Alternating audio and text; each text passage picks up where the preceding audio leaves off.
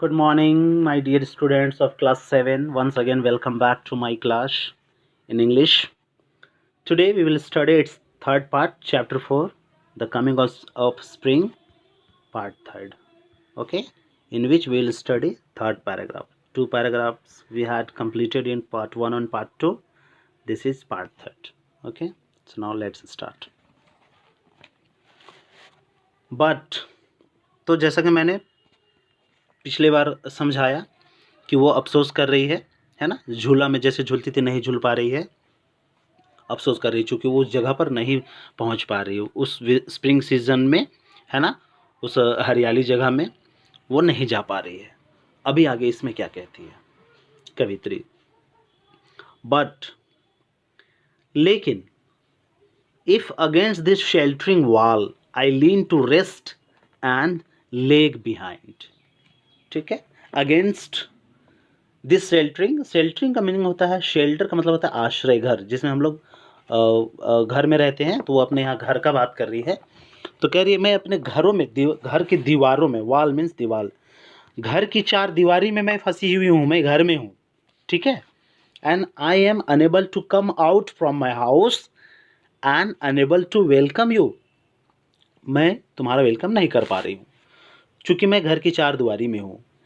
I lean to rest and leg behind, है ना, मैं पीछे हूँ। लेन मतलब होता है झुकना, है ना, एंड टू रेस्ट घर में हूँ। ठीक है, रेस्ट कर रही हूँ, चाहे जो भी हूँ मैं घर में पड़ी हुई हूँ।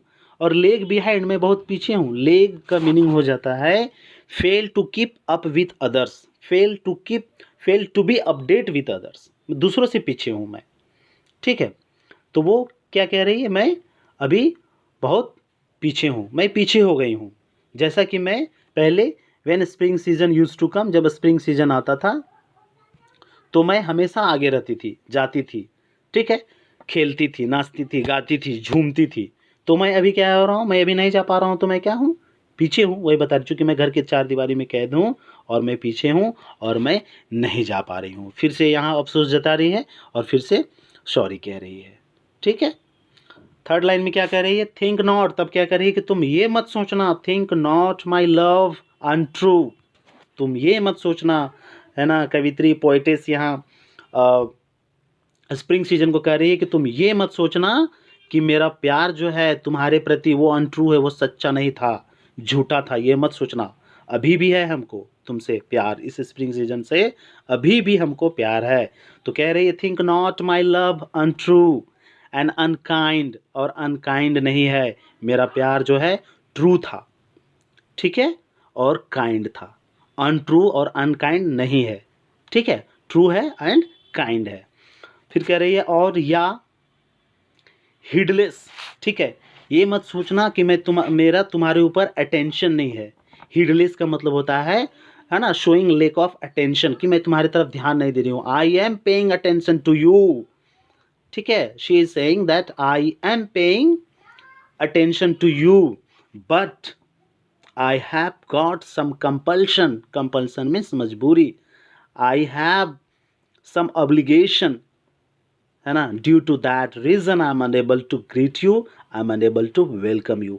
जिसके कारण मैं तुम्हारा वेलकम नहीं कर पा रही हूँ। मेरी कुछ मजबूरियाँ हैं, कुछ समस्याएं हैं, चाहे जो भी हो, ड्यू टू ओल्ड एज, है ना, उम्र हो चुकी है, या अब वो समय नहीं रहा, अब वो वक्त नहीं रहा, what ever the reason may be. But ये कह रही है कि डू नॉट थिंक, ये मत सोचना कि मेरा प्यार जो है वो अनट्रू है और अनकाइंड। ठीक है, और मैं तुम्हारी तरफ ध्यान नहीं दे रही हूँ। ठीक है, मेरा ध्यान है तुम्हारे पास, बट मैं मजबूर हूँ, मैं तुम्हारे तक पहुँच नहीं पा रही हूँ, जा नहीं पा रही हूँ, है ना। ऑफ द लरिंग कॉल, लरिंग एक वर्ड है, लरिंग का मीनिंग हो जाता है आपका टेम्पटिंग टू डू समथिंग, मैं तुम्हें पुकारना चाहती हूँ। टेम्प्ट मतलब इच्छा, मैं तुम्हें पुकारना चाहती हूँ, मैं तुम्हें बुलाना चाहती हूँ, बट नहीं कर पा रही हूँ।